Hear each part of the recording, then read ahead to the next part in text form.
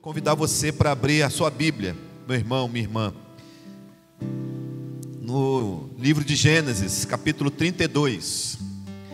Nós estamos sendo conduzidos por Deus a um mergulho no livro de Gênesis nesses tempos, nesses dias. E eu repito, eu tinha feito um propósito de leitura nesses 40 dias, mas eu não consegui sair do livro de Gênesis ainda. E nesses dias, Deus tem me mostrado algumas riquezas muito profundas, descritas aqui.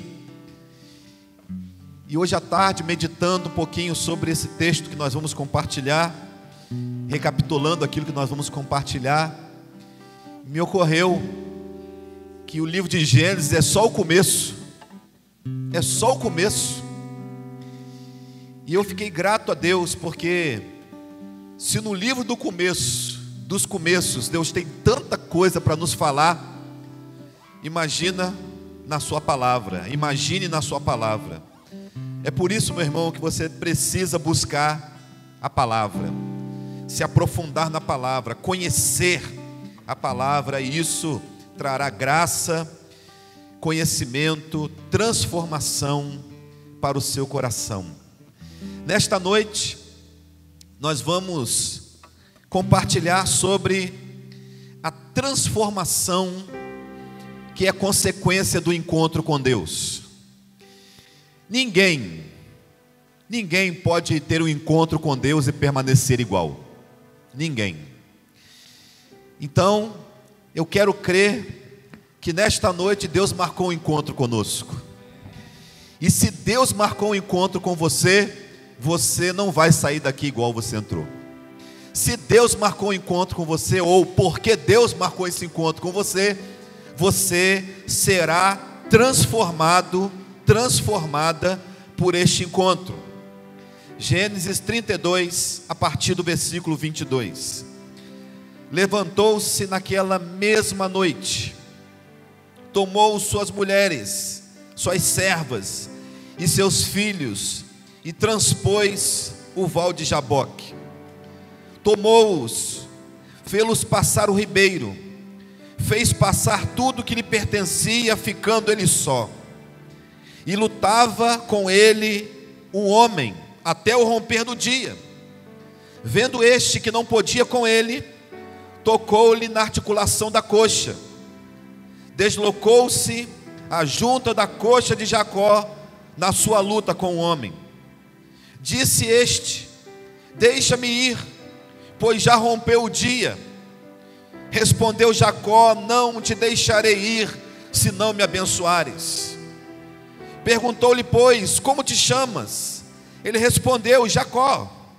Então disse: já não te chamarás Jacó, e sim Israel, pois como príncipe lutaste com Deus e com os homens, e prevaleceste. Tornou Jacó: dize, rogo-te, como te chamas? Respondeu ele: por que me perguntas pelo meu nome? E o abençoou ali. Aquele lugar chamou Jacó Peniel, pois disse: vi a Deus face a face, e a minha vida foi salva. Aleluia.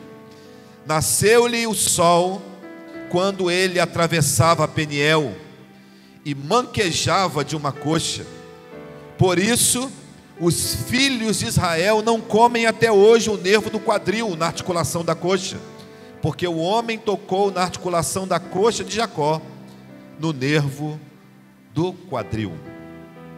Irmãos, muito recentemente, mais precisamente em abril, nós compartilhamos aqui uma mensagem, uma exposição a respeito do encontro com Deus no deserto. Talvez alguns irmãos se lembrem dessa mensagem.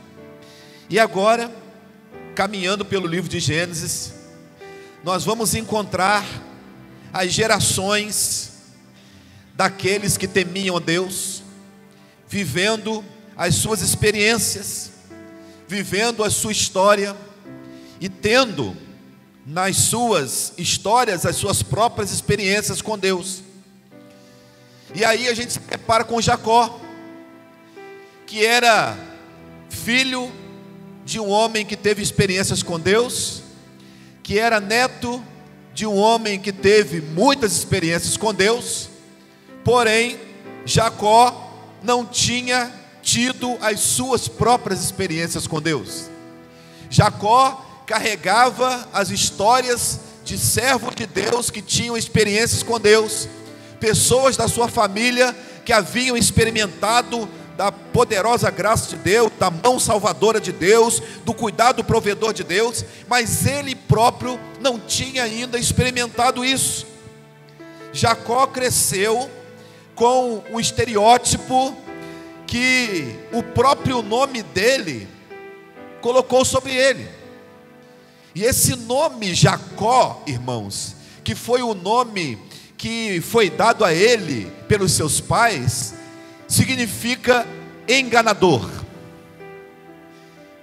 Nós temos aqui pelo menos a primeira menção, né, do caso de gêmeos na Bíblia, Jacó e Esaú. E a Bíblia diz que no nascimento desses irmãos aconteceu algo no mínimo curioso. A palavra vai observar no capítulo 25 de Gênesis que Esaú era muito peludo, e o nome Esaú significa isso. Mas o texto observa lá em Gênesis 25, 26, que quando a parteira tirou Esaú do ventre da sua mãe, no pezinho dele tinha uma mãozinha agarrada. A mãozinha de Jacó estava ali agarrada no pé do irmão. E aí Isaac entendeu que Jacó queria pegar o lugar do irmão. Jacó queria nascer primeiro do irmão, porque isso naquele tempo era vantajoso. Para nós também é meio vantajoso. Seu irmão mais velho é bom. O irmão mais velho tem o direito da cascuda dos mais novos. O irmão mais velho, quando o pai e a mãe não estão, ele recebe o bastão do comando. Então tem as suas vontades de ser irmão mais velho. Mas para a gente, na nossa cultura, é só isso. Para a cultura deles, irmãos, o irmão mais velho recebia o dobro da herança dos mais novos. Então, se você pensar numa família de 2 filhos, nós vamos pensar que aquela herança foi dividida por 3. E Esaú ficou com 2 partes e Jacó ficou com uma. Então não é surpreendente a conclusão de Isaac ao dar o nome de Jacó, aquele que tentou enganar.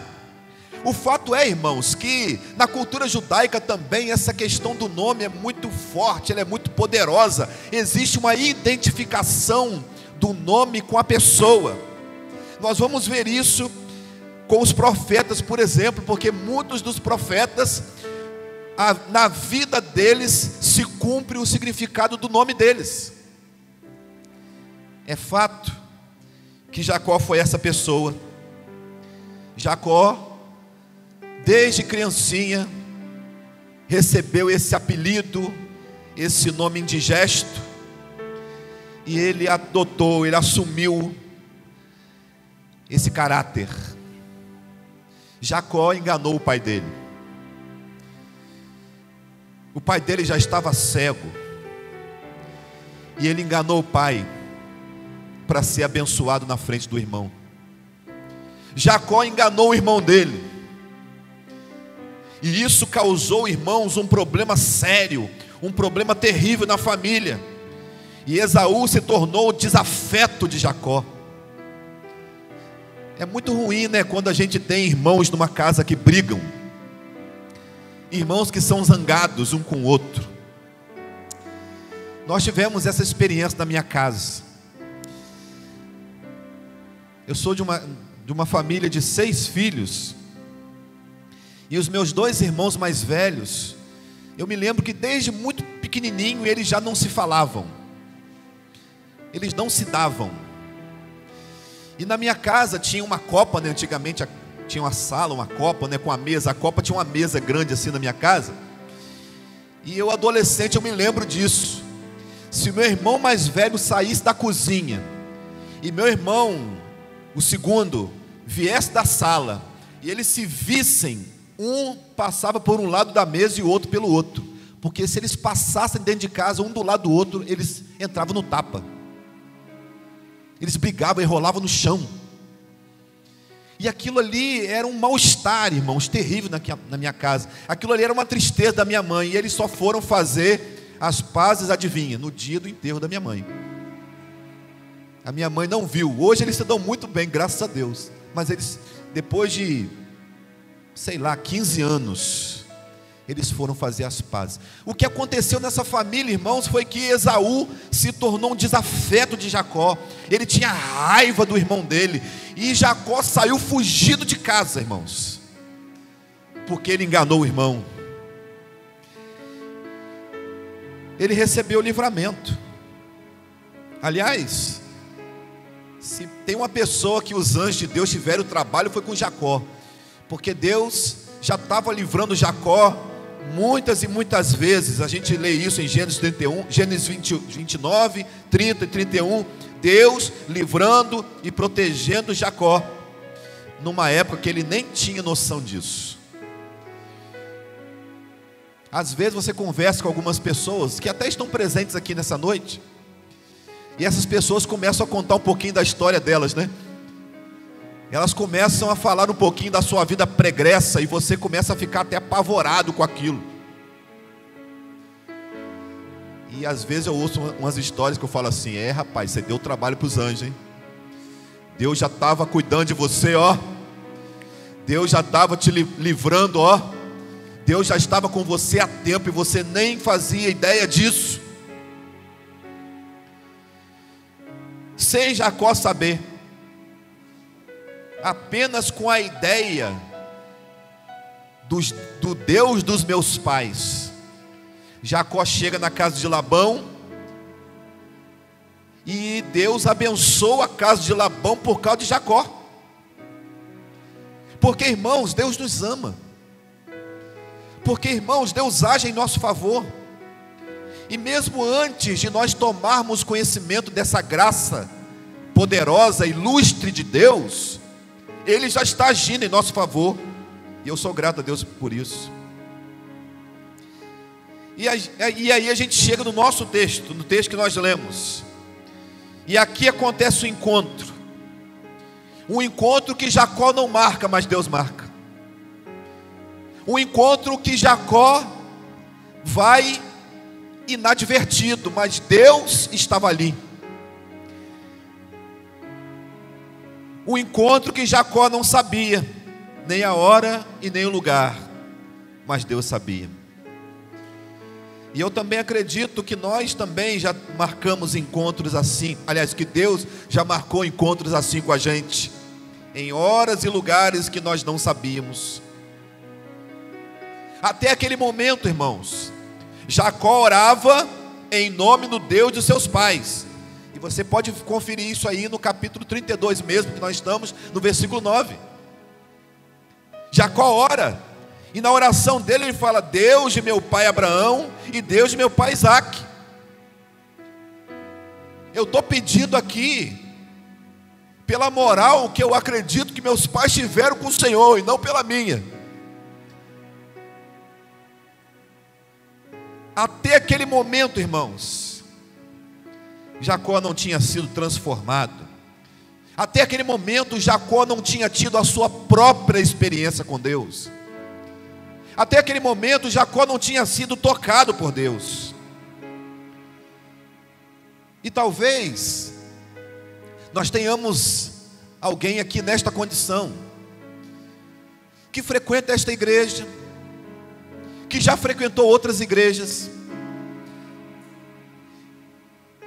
que são filhos de crentes, que conhecem a Bíblia, mas que não tiveram um encontro transformador com Deus ainda.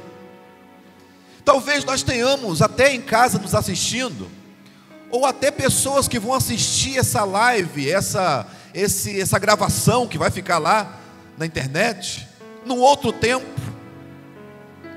E se você está nessa condição, meu querido, minha querida, nós estamos aqui para te dizer que o nosso Deus, o nosso Pai poderoso, Ele gosta de marcar encontros. Ele gosta de marcar a nossa história. Ele gosta que os nossos encontros com Ele sejam encontros inesquecíveis. E qual é a pauta desse encontro, irmãos? Qual é a pauta do nosso encontro com Deus? Qual é a pauta do encontro de Jacó com Deus? Que serve para o nosso aprendizado, que serve para a nossa edificação e que serve para a nossa transformação. Em primeiro lugar, é preciso fazer a transposição. E essa palavra aparece no versículo 22. Jacó precisou atravessar um val, que é o val de Jaboque. Um val, irmãos, é um riacho. Pode até ser um rio um pouquinho mais largo, mas é um rio que se passa a pé. É um rio raso. Dá para passar a pé, dá para passar a cavalo. É um val. E nesta localidade havia esse riacho que Jacó tinha se instalado ali. Ele tinha armado as suas tendas ali, à beira do rio. E ele resolveu naquela noite, depois da sua reconciliação com seu irmão Esaú, ele resolveu passar de fase. Ele resolveu transpor o val. E ainda que seja relativamente fácil transpor aquele val, e o texto diz no versículo 23 que ele teve que fazer passar todo mundo, tudo que ele pertencia, seus bois, seus jumentos, suas ovelhas, seus bens, sua família, todo, ele teve que conduzir isso, administrar isso. Ainda que fosse relativamente fácil atravessar aquilo, romper, irmãos, não é fácil. Às vezes a gente ouve a história de algumas pessoas, e aquelas pessoas demonstram claramente que a vida delas estacionou ali, naquele ponto, em que você pessoalmente fica se perguntando: nossa, mas isso é uma coisa relativamente fácil de superar. Isso é fácil de superar. Talvez para você seja, mas para ela não é. Talvez seja fácil para você vencer alguns gigantes, mas para algumas pessoas não. Talvez seja fácil para você enfrentar algumas situações que para outras pessoas não é fácil. Por mais que pareça fácil, irmãos, por mais que olhemos para este cenário, que a gente se transporte para a beira de um rio estreito e raso, e a gente diga com a gente mesmo: isso é fácil de fazer. Não foi fácil para Jacó romper. O fato é, irmãos, que o nosso Deus está sempre nos chamando para romper, mas nós estamos frequentemente estacionados, nós estamos frequentemente amedrontados, às vezes estamos acomodados, e algumas vezes nós estamos até desanimados, e por isso nós estamos ali, num lugar que nós estabelecemos como zona de conforto, e simplesmente permanecemos ali. Se alguém porventura tocar nesse assunto, a gente desconversa e a gente desvia do assunto. Se alguém porventura tocar nessa causa, a gente sai do grupo, porque a gente não gosta de tocar nesse assunto, porque a gente não quer transpor, porque a gente não está disposto, irmãos, a evoluir, a gente não está disposto a passar de nível, porque a gente muitas vezes, e é lamentável concluir isso, mas às vezes nós não estamos dispostos a amadurecer. Deus levou Jacó a atravessar, e é muito necessário, irmãos, é necessário chegar do outro lado. A gente vai ver várias situações na Bíblia em que atravessar foi importante. Nós vamos ver diversas ocasiões onde a metáfora do atravessar era vital para que os propósitos de Deus se completassem nas vidas daquelas pessoas. Isso significa dizer, meu irmão, que você precisa sair de onde você está hoje, que você precisa abandonar a plataforma que você se estabeleceu hoje, porque quem não avança está adiando o encontro. O encontro não vai acontecer do lado de lá do val. Nós, irmãos, precisamos deixar de retardar o encontro. Precisamos deixar de retardar esta ação poderosa de Deus que vem para transformar a nossa vida. Então é preciso transpor. É preciso fazer a transposição. Não é fácil, irmãos. Isso não é fácil. Eu vi essa cena. E eu vejo essa cena com muita frequência. No dia que nós descobrimos a gravidez de Giovanni, João Marcos era muito pequenininho ainda, Priscila ainda amamentava. E quando nós fizemos aquele exame, quando deu positivo, a pessoa lá que fez o exame falou assim: você tem que parar de amamentar ele hoje. Hoje. E naquele dia Priscila chorou. E quando a gente fala isso com as mães, porque tem uns meninos aí com 3 anos mamando ainda, 5 anos mamando, tem. Meu sogro mamou até 9 anos, gente.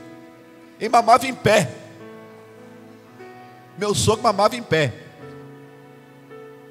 Então você repreende isso na sua vida. Tira essas crianças da sua cama, irmão, irmã. Mas no dia que a esposa, que a mãe conclui que ela precisa deixar de amamentar, porque chega uma hora, gente, que aquele leite já não tem mais nutriente. Até os 6 meses o leite é vital. Depois disso é ligação. Depois disso a criança começa a ter no alimento que ela consome o nutriente que ela precisa. O leite deixa de ser vital. Ele se torna apenas relacional. O cordão sai daqui e vem para cá. E nesse dia as mães sofrem. Quer ver? Qual foi a mãe aqui que chorou quando teve que parar de amamentar? Só teve uma corajosa. Tem um monte de mentirosa aí. Uma corajosa e um monte de mentirosa. Porque dói.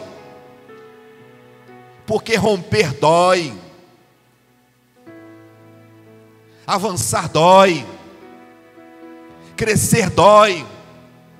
Amadurecer é doído, irmãos, é doloroso. Mas nós precisamos fazer a transposição. Nós precisamos tirar nossa família daquela condição. Nós precisamos tirar nossos bens daquela condição. Nós precisamos sair daquela condição. Segundo lugar, nós seremos transformados pelo encontro. Mas para que isso aconteça, nós precisamos saber que é necessário ter disposição para a luta. Gente, que batalha poderosa. Nós temos aqui em Gênesis 32 a primeira menção a uma vigília. Primeira menção de uma vigília. E a Bíblia, irmãos, a Bíblia ela é inovadora em tudo. De manhã, na nossa classe lá de Antigo Testamento, nós estudávamos sobre o livro de Abacuque. E nós aprendemos na classe que Abacuque inventou o podcast. Foi ele. Porque podcast é uma conversa, né? Pergunta e resposta. Abacuque começou a fazer umas perguntas, um bate-bola com Deus. Ele perguntava e Deus respondia, perguntava e Deus respondia. Podcast. E no capítulo 2 de Abacuque está escrito lá, no versículo 4, que Deus mandou Abacuque pegar a visão e escrever em tábuas que dê para pessoas que passam correndo ler. O que é isso, gente? Outdoor. Abacuque inventou outdoor. Olha como é que a Bíblia é inovadora em tudo. Moderníssima.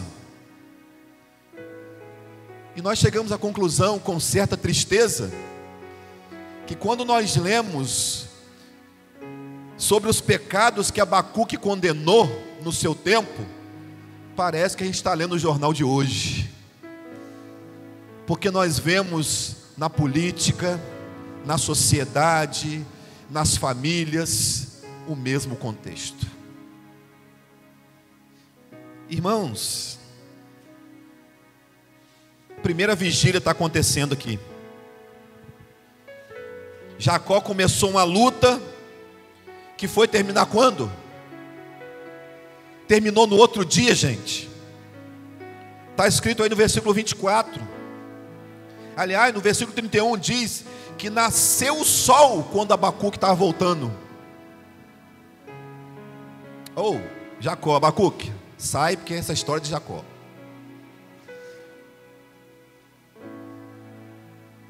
O sol já estava chegando quando Jacó voltava. Irmãos, a acomodação dessa geração de cristãos é inacreditável. Às vezes eu fico com essa impressão, sabe? De que tem gente que começa só para dizer que começou. São pessoas que começam, mas elas sabem que elas não vão dar andamento nas coisas.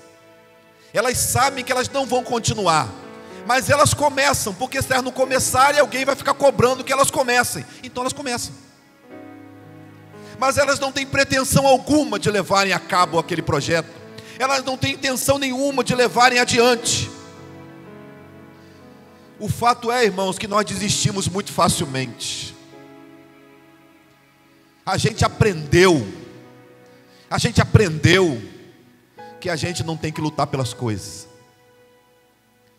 E essa cultura, irmãos, é uma cultura perigosa, porque ela atinge frontalmente você mesmo. Quando você desiste, é você que sofre. Porque você desiste, é você que sofre. E às vezes a gente larga a mão de alguma coisa, que a gente acha que largar a mão daquilo está beneficiando a gente, está trazendo mais e mais sofrimento para a gente.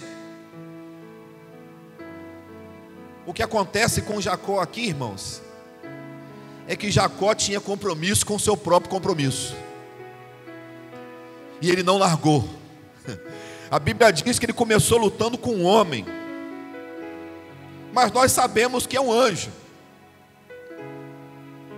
Nós entendemos que é um anjo. Aliás, a gente até canta o corinho, né, que fala isso, né? Que Jacó lutou com o anjo. Segurou o anjo, agarrou o anjo.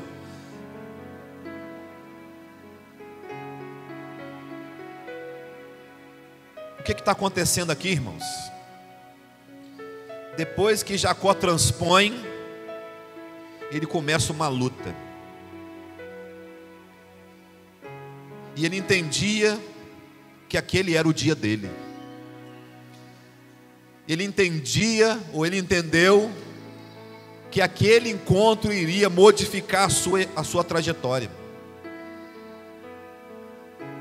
Ele entendeu que ele não poderia abrir mão daquilo.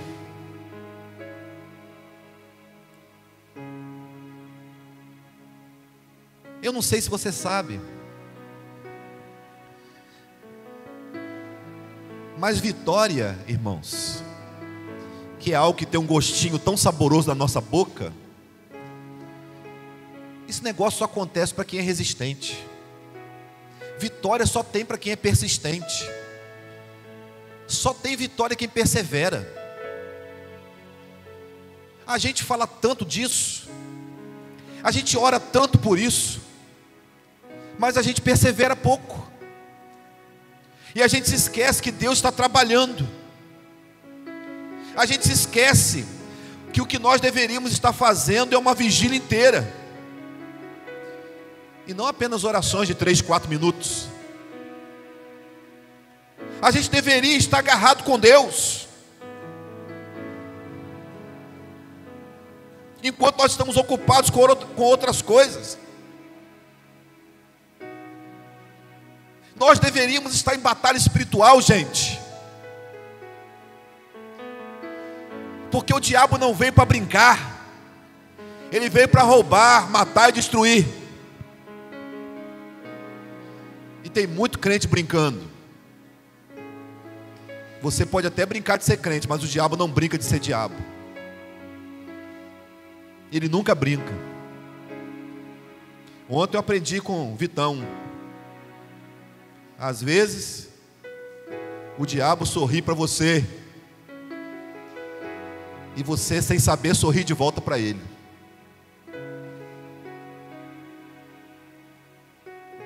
Irmãos, Jacó, no dia do seu encontro, ele entendeu que aquela oportunidade não podia ser perdida. Ele encarou como a última chance da sua vida. Ele apanhou aquele momento com unhas e dentes. E o indício está tão claro nesse texto, que ele saiu dali manco, gente. Ele levou tão a sério aquilo, que ele entendeu que mesmo que isso abale a minha integridade física, eu quero estar nessa luta. Mesmo que isso me abale fisicamente, mesmo que isso me custe sacrifícios, esse é o propósito. Esse é o propósito. Nós, como igreja, nas últimas 2 semanas encaramos 2 propósitos assim. Mas como eu fui abençoado com esse jejum de mídias sociais, meus irmãos. Porque o jejum, ele tem uma didática. Ele é pedagógico. Ele veio para me ensinar. E eu pude aprender. E eu creio que muitos irmãos também aqui aprenderam. Na última semana, nós fizemos um jejum de carne. Eu já tinha ficado sem comer carne um dia ou outro na minha vida, mas uma semana seguida foi difícil demais, gente. Quarta-feira eu já estava cantando aquela música, estou sentindo minhas forças indo embora. Eu já estava cantando isso. Mas ontem nós entregamos jejum em grande estilo, não foi não, irmãos? Grande estilo ontem.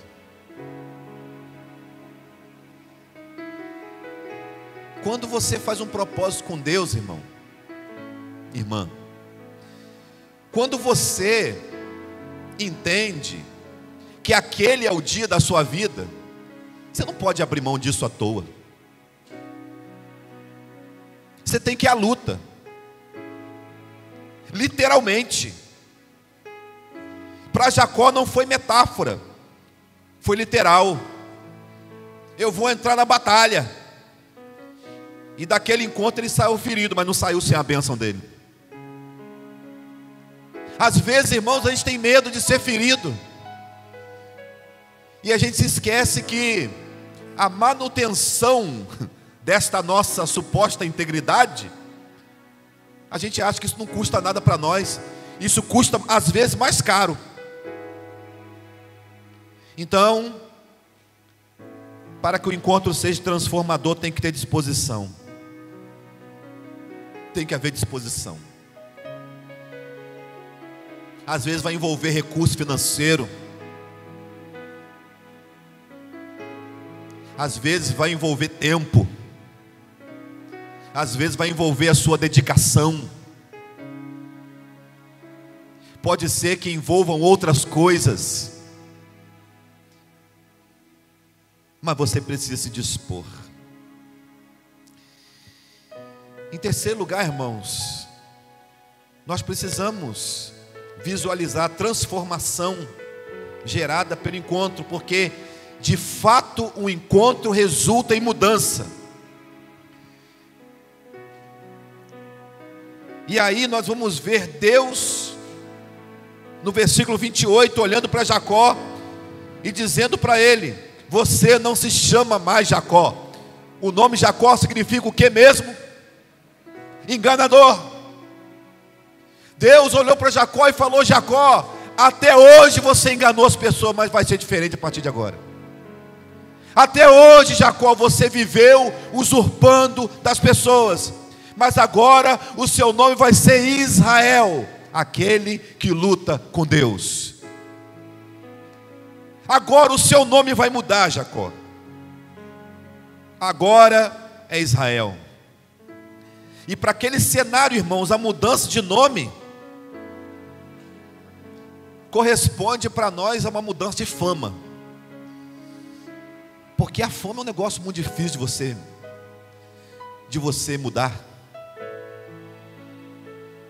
Uma pessoa que tem uma fama negativa, irmãos, é muito difícil mudar isso. Se você conhece alguém que tem uma fama negativa, gente, como é difícil de mudar. Se você conhece uma pessoa que tem a fama de mal pagador, se você conhece um santo varão que tem a fama de mulherengo, se você conhece uma santa varoa que tem a fama de fofoqueira, meu Deus, como é difícil mudar isso, gente. Como é difícil mudar. O fato é que o nome de Jacó estava encarnado nele. E Deus precisou, irmãos, fazer uma mudança radical na vida dele. Deus precisou desconstruir primeiro, para depois colocar algo santo no lugar. E é por isso que em Jesus o mal pagador pode mudar de fama. Em Jesus o mulherengo pode ser fiel. Em Jesus a fofoqueira vai aprender a se calar. Ela aprende. Meus irmãos, o encontro é transformador e a mudança aparece. Olhando para o seu passado, como as pessoas veem você. Olhando para a sua vida, meu irmão, minha irmã, para o que você construiu até agora, como as pessoas olham para você. Como você gostaria que elas te vissem. Porque às vezes, irmãos, a gente traça um panorama ideal, só que o real é diferente, né? A gente gostaria que as pessoas vissem a gente de uma maneira, mas na verdade elas não veem da maneira que a gente gostaria, elas veem da maneira que é.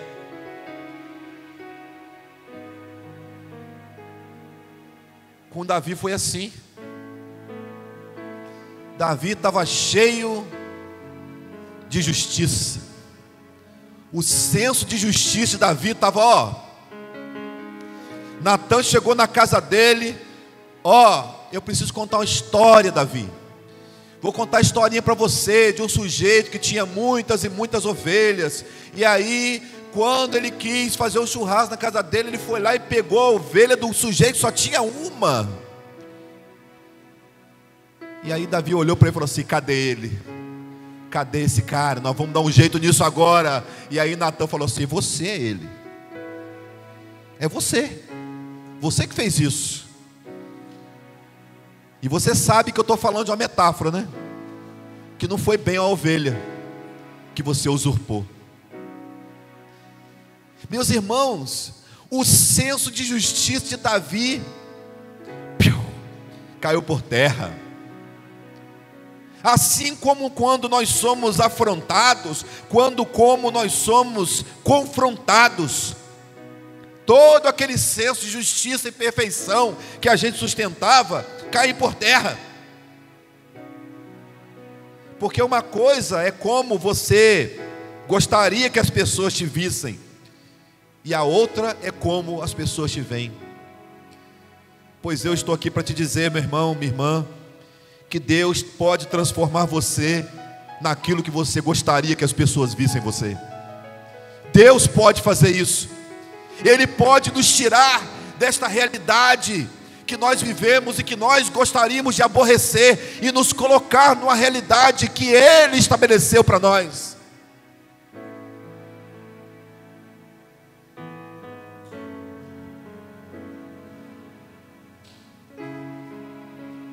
Jacó tentou questionar o nome de Deus, e no versículo 29 está escrito aí na sua Bíblia: Jacó tornou e disse: como te chamas? E Deus olhou para ele e falou assim: por que você está perguntando quem eu sou? Quem que precisa mudar aqui é quem? Sou eu ou você? Às vezes, irmãos, a gente está querendo o cálculo de Deus, né? Porque a nossa vida é igual aquelas expressões terríveis, e Deus coloca lá o resultado, você fica querendo que Deus te dê a conta. Deus não tem que dar explicação para nós não, gente. Deus é aquele que mostra o resultado. Deus, Ele deixa claro para nós quem Ele é e quem nós somos. É como se Deus estivesse dizendo para Jacó aqui: olha, eu sou imutável, você precisa mudar. É você que precisa mudar, não eu. Porque às vezes, irmãos, até a nossa oração, até na nossa oração, a gente insinua isso, como se a nossa oração pudesse mudar a opinião de Deus. Olha só que pretensão nossa. A oração existe para que eu me conforme com a vontade de Deus. A oração existe para que eu entenda o plano de Deus. A oração existe para que eu me submeta ao plano de Deus. Porque Deus é imutável, e eu preciso de mudança. Quando Jacó questiona Deus, ele entende isso. E essa transformação, irmãos, me reporta lá para Apocalipse, para a igreja de Pérgamo. Quando Jesus comparece à igreja de Pérgamo no capítulo 2 e diz assim: ao vencedor eu darei uma pedrinha branca com um novo nome. Novo nome. Você vai receber um nome novo. Aliás, você já recebeu um nome novo. O servo de Deus, a serva de Deus recebeu essa pedrinha branca com um nome novo. E diz o texto, no versículo 29, que o anjo o abençoou ali. Eu quero encerrar, meus irmãos, falando para você de uma outra palavra que aparece no versículo 30, uma outra palavra hebraica. Aquele lugar chamou Jacó Peniel. Essa palavra é uma palavra linda. Lugar do encontro com Deus. Peniel é o lugar do encontro com Deus. É o lugar que Deus marcou o encontro. É o lugar que Deus se faz presente. É o lugar que Deus nos abençoa. É o lugar onde nós podemos ver a face de Deus. E Jacó declarou isso: eu vi a face de Deus, e a minha vida foi salva. Essa palavra salva poderia também ser traduzida como transformada. A minha vida foi mudada. Eu acredito na mudança. Eu acredito na transformação das pessoas. Eu acredito na salvação. Eu acredito na conversão. Agora, se você precisar sair daqui mancando, que seja. Porque talvez O lugar que Deus vai tocar ou quer tocar, e você já sabe onde é, porque Ele já está ministrando o seu coração. A parte da sua vida que Ele quer tocar, diz muito respeito a você. Você considera muito, você tem como estimação.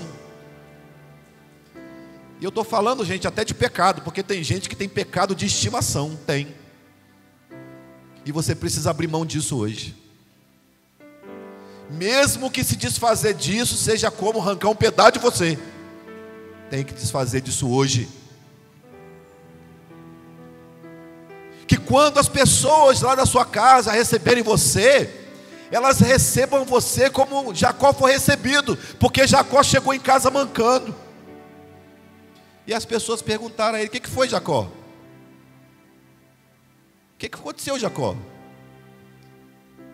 E ele teve que dizer: eu lutei com Deus e fui ferido, mas saí de lá melhor. Parece que não, pode ficar tranquilo, parece que não, mas eu estou melhor. Eu estou melhor manco. Eu estou mais inteiro manco do que como eu estava antes. Meu irmão, minha irmã, eu quero convidar você a fazer desse lugar nessa noite o seu Peniel. Eu quero convidar você a fazer desse lugar nessa noite o seu lugar de encontro com Deus, porque o lugar onde Deus se encontra conosco, nós somos transformados. O momento em que Deus marca conosco é o momento da nossa mudança, da nossa transformação. Talvez o que você precise hoje seja pedir perdão. Pedir perdão para essa santa mulher que está do seu lado aí. E pedir a Deus ajuda para você ser um marido melhor. E pode acontecer, irmã. Eu sei que geralmente as mulheres estão certas, né? Mas pode ser que você tenha que pedir perdão ao seu marido. Talvez você como pai, como é difícil para nós como pais, talvez seja necessário para nós pedirmos perdão aos nossos filhos. Reavaliarmos nossos conceitos, na nossa criação e tudo mais. Quem sabe, meu irmão, minha irmã, você precisa abandonar um pecado, sabe? Você precisa fechar uma brecha que você sabe que está aberta na sua vida. Algo que traz culpa a você, ao seu coração. Algo que te faz sofrer. Algo que traz prejuízo. Quem sabe, meu irmão, você precise se desfazer daquela velha vontade que a gente sempre tem de desistir. Essa vontade de desistir, gente, é um negócio que fica voando em cima da nossa cabeça o tempo todo. O tempo todo. O tempo todo as pessoas estão falando em desistir. Mas Deus te chamou hoje para lutar, e lutar até o fim. E quando vai ser o fim? Eu não sei. Não sei. Pode durar até o último dia da sua vida. Se você conversar com uma pessoa que é viciada, e a casa de Deus é o lugar dos ex, e é por isso que eu chamo de ex-viciado, ele vai falar assim: ó, eu estou limpo há 3.583 dias, porque ele conta cada dia, porque ele sabe que se ele der bobeira, no primeiro mole que ele der, volta tudo de novo. Quem sabe hoje, irmão, irmã, você não precisa abandonar um vício que te perturba, que te acompanha, que te aflige, que te oprime. Mas é você que tem que abrir mão dele. O vício não vai abrir mão de você. Você que tem que abrir mão dele. Hoje, meus irmãos, é tempo de nós levantarmos um altar chamado Peniel, que é o lugar da transformação.